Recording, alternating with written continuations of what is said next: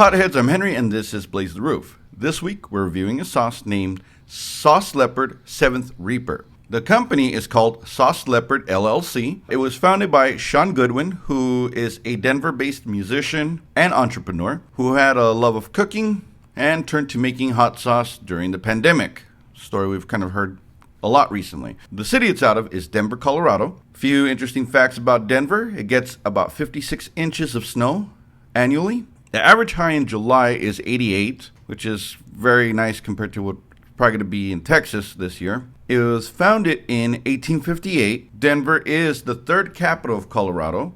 I don't know what the other two were. The cheeseburger allegedly was invented at the Humpty Dumpty Drive-In in Denver. Denver's International Airport is the biggest and definitely the weirdest airport in the country. If I'm not mistaken, I read something that if you fit the three largest airports in the United States, they would fit on the land that the Denver International Airport covers. It's huge. And it also has this huge blue horse that looks like a demon. It's crazy.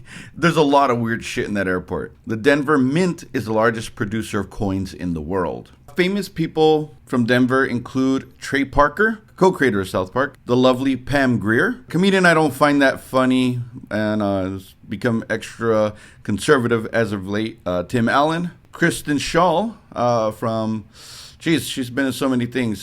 She's the voice of Louise from Bob's Burgers. Apparently, Lon Chaney was also from here as well, as was Jan Michael Vincent. It also says here that Philip Bailey was born from here as well. This is a good one. Dwayne Lee Chapman, also known as Dog the Bounty Hunter. That fucking fake ass. So let's now look at the packaging. So first off, it's a white and black label. It's very nice and clean. The label was created by 7 Visual Craftsmen. That's the name of the studio, 7.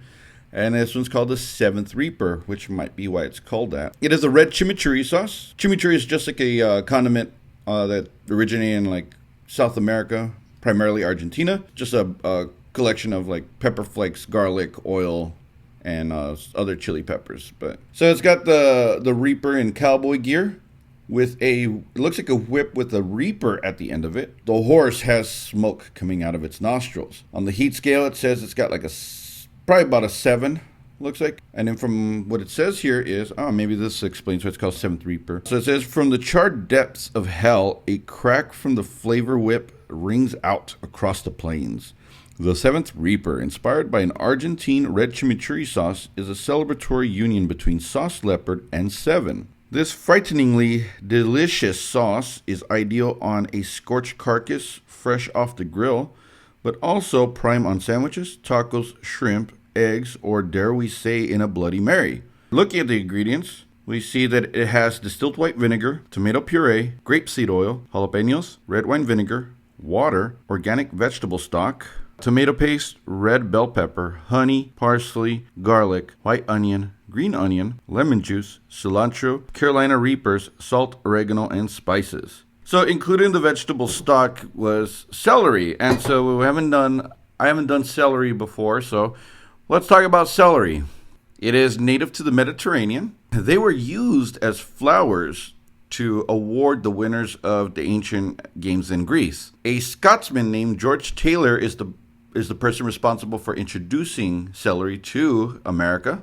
Jell-O created a celery-flavored Jell-O in the 1960s. What a fucking wild time to be alive. They can reach over 3 feet in height, and it is the most common food allergy in Europe. It's too spicy for white people. Before we get any further, let's hear from this week's sponsor. With the evolution of apps and the ability to get anything delivered to your home, an opportunity awaited. Introducing Door Smash. Booty right to your door. In the mood for Mexican, Chinese, Indian? We have it all in the app. The cost may vary, but the menu is standard. If you have to ask how much a service is, you can't afford it. You can even pick up your date or have them delivered to your door. Door Smash. It's your pleasure.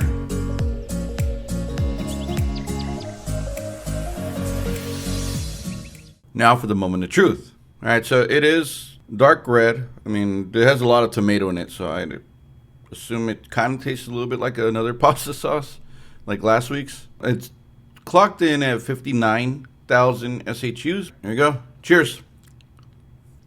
Okay, it's got a decent burn. 59,000 might be about right. It's got a good middle. I'd say it's a middleweight. Still kind of increasing though. A good slow burn. It has a slight taste of tomato, but it's not really. There's a lot of flavor to this sauce. It's really tasty, really good. I was expecting, because it has so much tomato in it, to have a little bit more of a tomatoey taste, but now it's got a good flavor from peppers, garlic, onion. There's a wide profile. It's not just tomato. It's like a lot. You could taste the spices. You could tell there's vegetables in there. It's not just tomatoes. Very well balanced, and I might have tasted a little bit of the honey in there too. But it's just to kind of give it a little bit of an edge, like a sweetness to it, a sweet edge, but it's not predominant. I'm impressed. This is a good sauce. What would I put this on? Honestly, you could put this on anything. Anything not dessert related, obviously. So if you've ever had a chimichurri on steak, I take my steaks pretty much just garlic and butter, right? But if I were to cut it up or use some type of carne asada, I would definitely use this on that. It would be good on, ground beef dishes. It's pretty versatile. I mean, the flavor does lend itself to be used in a lot of sauces or a lot of dishes. Maybe chicken dishes. I'd throw this on pizza. I would throw this on pasta. What else did I say to use it on? Yeah, I mean, grilled meats would be good. Sandwiches, especially if you got like cold cut sandwiches. Would be great on. Maybe not quite tacos, but shrimp, eggs, morning eggs. Yeah, actually, you probably could. It would probably be almost like not quite a ranchero sauce, but I think it would complement that pretty well. So yeah, there's a tasty sauce. I would buy this sauce. I would have this in my rotation. I think it's really good. Very tasty. Good amount of heat. I was not expecting it to have as much heat as it did.